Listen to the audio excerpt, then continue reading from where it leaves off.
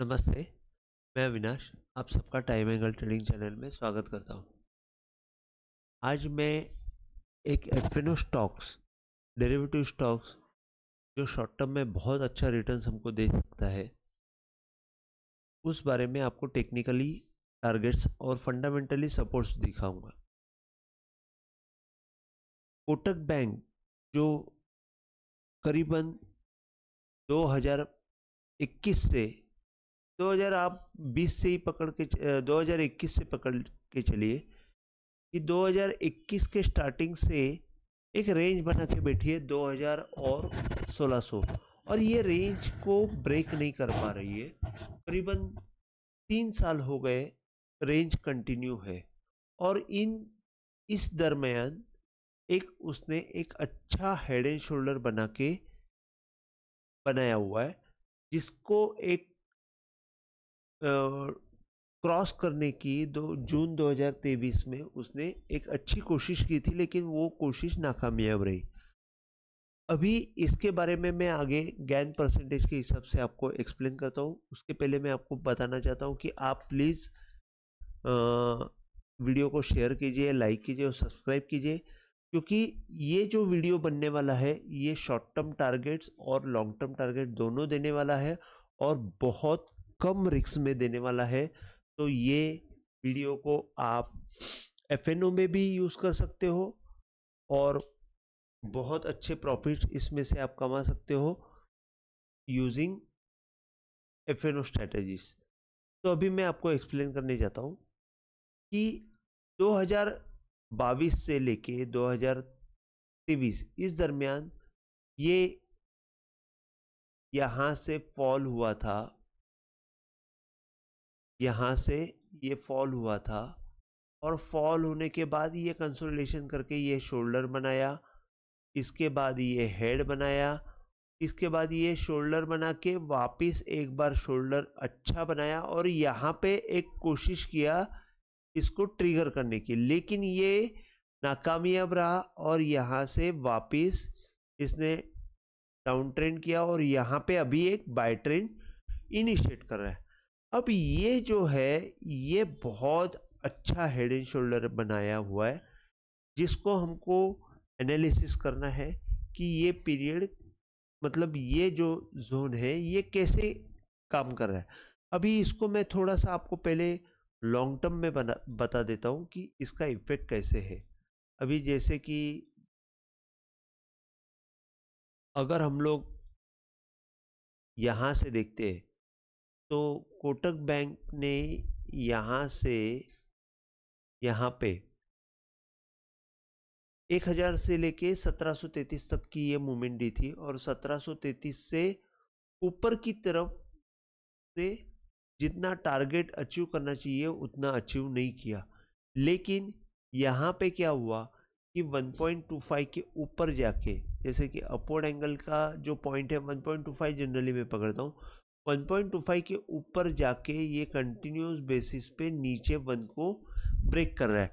तो वो 1550 का जो लेवल है वो जब तक ब्रेक नहीं करेगा तब तक वो क्लियर कट सेल नहीं होने वाला है। तो इस हिसाब से ये क्लियर कट इसने यहाँ पे एक अच्छा सपोर्ट किया, एक अच्छा हेड एंड शोल्डर बनाया, और हेड एंड शोल्डर बना के अभी ये यहाँ पे एक बहुत बढ़िया एक सिग्नल दिया हुआ है, जनरेट किया हुआ है। तो अगर ये गेन परसेंटेज के हिसाब से अगर मैं देखता हूँ तो मुझे 2450 और आगे चल के आपको 3200 ये दो टारगेट मुझे लंबे के इसमें दिखते हैं। लेकिन उसके बजाय मैं ये छोटा जो पीरियड बीता हुआ है 2021 से लेके ये 2023 तक का, और ये जो हेड एंड शोल्डर बनाया हुआ है, ये हेड एंड शोल्डर को मद्दे नज़र रखते हुए मैं आपको थोड़ा सा इसको अच्छी तरह एक्सप्लेन करता हूँ कि ये कैसे वर्क होगा। अभी जैसे कि ये हेड एंड शोल्डर में आपको जब मैं बताऊंगा कि हेड एंड शोल्डर का जो मेन टारगेट रहता है कि ये 3 टाइम्स तो मिनिमम आता है, और 3 टाइम्स मिनिमम आने के बाद 5 टाइम्स का भी टारगेट देता है। अब 3 टाइम्स का मतलब क्या है कि 1625 का लो है और अंदाज से मैं बता रहा हूँ 2000 का हाई है। ठीक है, तो 2000 और 1625 इसके बीच में 375 पॉइंट्स के डिफरेंस है, और 375 पॉइंट का डिफरेंस इंटू 3, मतलब अगर मैं 375 का डिफरेंस इंटू 3 करता हूं तो 1125 क्या हो जाता है। पहले एक बार चेक कर लेता हूं, 2000 माइनस 1625 बराबर, तो 375 का डिफरेंस इंटू 3, तो 1125 प्लस 2000, मतलब मैंने जो ऊपर अभी मैंने बताया था 3200 का जो टारगेट है, वो 3200 का टारगेट ये अचीव करने का पोटेंशियल रखता है। अगर पोटेंशियल रखता है तो अभी इनिशियल स्टेज पे इसको अगर हमें पकड़ना है, तो मैं आपको यहाँ पे बताता हूँ कि ये यहाँ पे एक बार इसने बाय करने की कोशिश की और फेल हुआ, तब जाके ये 0.50 में बहुत बढ़िया सपोर्ट लिया और वापस एक बार ऊपर जाने की कोशिश की, लेकिन ये 2000 का लेवल क्रॉस नहीं किया और इसने यहाँ पे एक सेल सिग्नल दे दिया। यहाँ पे ये 0.50 का जो 1814 का जो लेवल है, ये बहुत बढ़िया लेवल है जो यहाँ पे इसने ये सेल दिया। इसके बाद यहाँ पे उसने वापस ऊपर जाने का कोशिश किया, वापस नीचे आया, वापस अभी फर्स्ट टाइम उसने यहाँ पे कोशिश की है ऊपर आके क्लोजिंग देने की। अभी जहां पे ये सेल सिग्नल जनरेट हुआ था वहीं पे ये बाय सिग्नल जनरेट हो रहा है, और ये लेवल पे अगर आप बाय करते हो तो मैं ये बोलूंगा कि इसने ये जो कैंडल है करीबन 1750, आप 1750 के नीचे ही ये जाना नहीं चाहिए। और अगर हम बहुत शॉर्ट टर्म देखते हैं तो मैं बोलूँगा एक 1800 के नीचे ही नहीं जाना चाहिए। अभी 1838 चल रहा है, 1800 के नीचे ही नहीं जाना चाहिए, और 1800 के नीचे नहीं जाना चाहिए। इससे आपकी रिस्क जो है बहुत कम है, और टारगेट जो है मैं आपको बताता हूँ कि फर्स्ट टारगेट इसका, एक मिनट आपको यहाँ पे, फर्स्ट टारगेट जो है वो 2000 का रहेगा, 1900 का रहेगा, 1907 2000 2094। तो फर्स्ट मेरा जो फर्स्ट टारगेट रहेगा वो एक्चुअली 2094 का है, क्योंकि यहाँ से अगर हम लोग बाय कर रहे हैं तो 2100 के लिए मिनिमम बाय करना है, और 2100 के बाद ये रॉकेट के जैसे चलेगा और आपको टारगेट दे देगा 2700। तो एज पर ये हेड एंड शोल्डर के हिसाब से मैं देखता हूं तो हमको करीबन, मैं आपको बोलूंगा कि ये जो 3 टाइम्स से 2750, ये मिनिमम टारगेट हमको अचीव होते हुए दिखेगा, और वो भी बहुत कम समय में। लेकिन जैसे कि मैंने ये हेड एंड शोल्डर का रफली कैलकुलेशन जैसे बनाया 3 टाइम्स, तो 3200 भी बन सकता है और उससे भी ज़्यादा हमको ये टारगेट मिल सकता है। तो यहाँ पे बॉटम बनते हुए दिख रहा है और ये राउंडिंग पैटर्न में निकल रहा है ऊपर की तरफ। हेड एंड शोल्डर अगर ये ब्रेकआउट देता है तो मेरे हिसाब से बहुत बढ़िया यहाँ पे बाय रहेगा। अगर आप देखते हो तो ये 2100 के ऊपर ही बहुत बढ़िया बाय होने वाला है, और बाय करना है तो this is the best level. क्योंकि अगर आप यहाँ पे ये ट्रेंड देखते हो तो ये देखिए, ये लो हुआ था, उसके बाद लो ब्रेक हुआ, उसके बाद लो ब्रेक हुआ, और लास्ट लो, ये मतलब ये सेकंड लास्ट लो और ये लास्ट लो और ये उसके बीच का हाई। तो जब भी ऐसी कंडीशन आती है तो यहाँ पे ये वीकली में ट्रेंड चेंज होता है, और वे ट्रेंड चेंज होने के बाद यहाँ पे जब ये प्राइस इस हाई के ऊपर आ जाता है और 1.25 क्रॉस हो जाता है, मतलब 1.25 क्रॉस हो जाना मतलब क्या है, तो मैं आपको यहाँ पे बता देता हूँ कि जब इसको मैं थोड़ा सा बड़ा कर देता हूँ,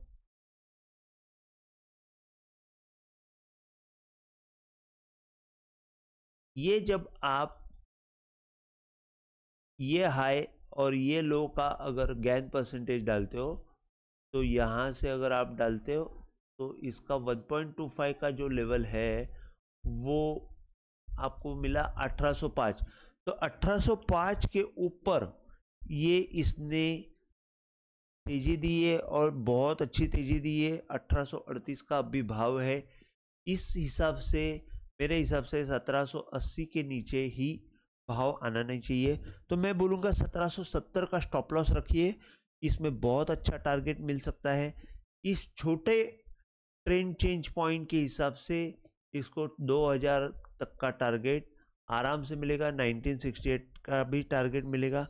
तो मैं ये बोलूँगा कि ये इसने शॉर्ट टर्म में बहुत अच्छा ट्रेंड रिवर्स कर दिया है, वीकली में भी दिखेगा और हेड एंड शोल्डर का ये जो रिजल्ट है ये बहुत अच्छा रिजल्ट देने के लिए जा रहा है।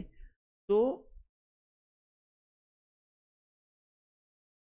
अगर हम देखते हैं तो यहाँ पे टारगेट तो अच्छा आने का दिख रहा है, बैंक निफ्टी भी सपोर्ट कर रही है। अगर हम लोग फंडामेंटली थोड़ा सा देखते हैं तो फंडामेंटली मैं आपको थोड़ा सा बताना चाहता हूँ। ये कोटक बैंक का फंडामेंटल्स है। देखिए स्टॉक में अगर हम देखते हैं तो करंट प्राइस 1838, स्टॉक पी 21 का है, आरओई है 14.3 का और ईपीएस 86.4 का है। इसमें ये सब ठीक ठाक है।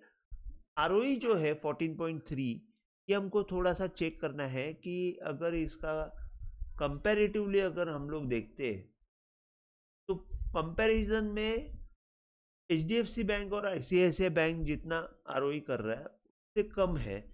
एचडीएफसी और आईसीआईसीआई 17% का आरओई कर रहा है और यहाँ पे कोटक बैंक का 14 है, लेकिन एक्सिस बैंक और इंडसइंड बैंक इनसे ज़्यादा है। आईडीएफसी बैंक और आईडीबीआई बैंक इनसे भी ज़्यादा है।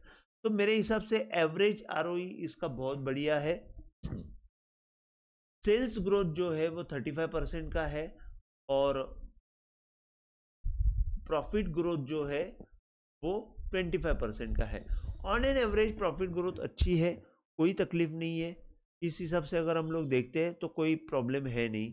अभी सेकेंड थिंग मैं आपको सिर्फ इतना बताना चाहता हूँ कि अगर इसका रेवेन्यू देखते हैं तो रेवेन्यू अभी आप लास्ट 10 साल से देखेंगे तो ये ऑल टाइम हाई पे रेवेन्यू है ये साल का, ट्रेलिंग मेथड के हिसाब से। और नेट प्रॉफिट अगर आप देखते हैं तो ये ऑल टाइम हाई पे है नेट प्रॉफिट लास्ट 10 ईयर से। और यहाँ पे सबसे बड़ी बात यह है कि आप देखेंगे 2021 से 9,000 10,000 के आसपास, 10 से 12 यहाँ पे बढ़ा, 12 से 15 हुआ और 15 से 17। मतलब ऑलवेज इसने 3 साल में आपको कम से कम 25% का ग्रोथ इसने प्रॉफिट में परफेक्ट दिया हुआ है। और मेरे हिसाब से जब ये ग्रोथ यहाँ पे कंटिन्यूस 3 साल दिख रहा है तो ये स्टॉक रॉकेट के जैसे भागेगा। सिर्फ इसको थोड़ा सा मार्केट ने सपोर्ट करना चाहिए। और ऑल टाइम हाई रेवेन्यू है, all time high net profit है। ईपीएस आप देखेंगे ये 50 से 60 होता है, 60 से 75 हुआ है, 75 से 86, मतलब ये 20% से ईपीएस बढ़ रहा है। तो ईपीएस बहुत बढ़िया है। अगर आरओई 21 का है, देखिए मैं आपको वापस एक बार रिपीट करता हूँ, अगर सॉरी आरओई 14 का है और ग्रोथ जो है पी जो है 21 का है तो ये कंफर्टेबल लेवल पे है। अभी यहाँ पे मैं और एक चार्ट दिखाना चाहता हूँ कि ये पी का रेशो का, पी जो है अभी कम एकदम लो पे है। अगर आप देखते हैं तो मीडियन पी 31.5 का है और लो पी अभी फिलहाल 21.3 का है। तो यहाँ से पी में आपको जब ये कांस्टेंट 25% का ग्रोथ दे रहा है तो पी एक्सपेंशन भी चालू हो जाएगा और जैसे ये पी एक्सपेंशन चालू हो जाएगा आपको मीडियन पी तक आने का फुल चांसेस रहेगा 30 का। और 31.5 का अगर मीडियन पी है और ईपीएस जो है अभी 86 का है और 25% का ग्रोथ से अगर हम लोग एक साल भी देखते हैं तो 86 इंटू 25% तो 21.5 प्लस 86 तो करीबन 110 का पी हो जाए, 107 का पी हो जाता है। तो 100 ईपीएस होता है 107 इंटू 31.5 अगर हम देखते हैं तो 3370, मतलब मेरे हिसाब से एक साल में ये कोटक बैंक आपको 3200 से 3300 का टारगेट इजीली अचीव कर सकता है। टेक्निकली और फंडामेंटली बोथ ये कैपेबल है। और इसमें शेयर होल्डिंग पैटर्न देखेंगे तो एफआईएस की 41% की होल्डिंग है, प्रोमोटर एज इट इज़ 26% है और डीआईएस का 20% का होल्डिंग है, पब्लिक के पास 13% है। तो बाकी फंडामेंटली देखने की ज़रूरत नहीं है। ये कंपनी बहुत बढ़िया, मतलब ये बैंक जो है बहुत बढ़िया काम कर रही है। और CAGR लास्ट 5 साल का 20% का है ग्रोथ, प्रॉफिट ग्रोथ, तो यहाँ पे कोई इसमें तकलीफ नहीं है। हाँ, एक बात है कि बुक वैल्यू जो है 563 है, इंट्रिंसिक वैल्यू जो 944 है, और इसी वजह से ये बहुत टाइम से रुका हुआ था क्योंकि थोड़ा सा महंगा है। पी जो है 21.3 का जो है वो थोड़ा सा महंगा दिख रहा था। अगर हम लोग कंपेरेटिवली पी देखते हैं, कंपैरिजन में ये जो बैंक अदर बैंक के साथ अगर हम लोग कंपेयर करते हैं, किधर गया हो, हाँ, अदर बैंक के साथ अगर पी देखते हैं तो पी जो है इसका थोड़ा सा महंगा है। इस हिसाब से ये 3 साल के लिए ग्रोथ नहीं दे रहा है, तो ये भी हो जाएगा। आरओसी तो लगभग सेम है। पी अगर जैसे ही ये 20% का ग्रोथ आ रहा है तो यहाँ पे थोड़ा सा पी में हमको बढ़ोतरी होती हुई दिखेगी।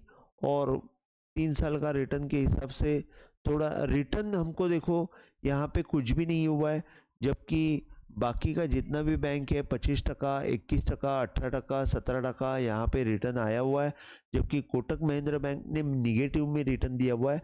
तो this is the best level to buy at this rate with the minimum risk, और बहुत अच्छे टारगेट्स हमको ऊपर की तरफ मिलेंगे। तो आज के लिए बस इतना ही। अगर आपको वीडियो पसंद आया तो प्लीज़ आप शेयर कीजिए, लाइक कीजिए, सब्सक्राइब कीजिए।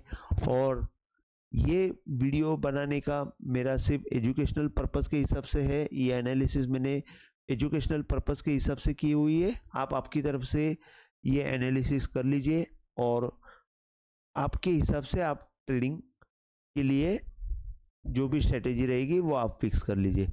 आज के लिए बस इतना ही। अगर आपको वीडियो पसंद आया हो तो प्लीज़ आप शेयर कीजिए, लाइक कीजिए, सब्सक्राइब कीजिए। जय हिंद, थैंक यू।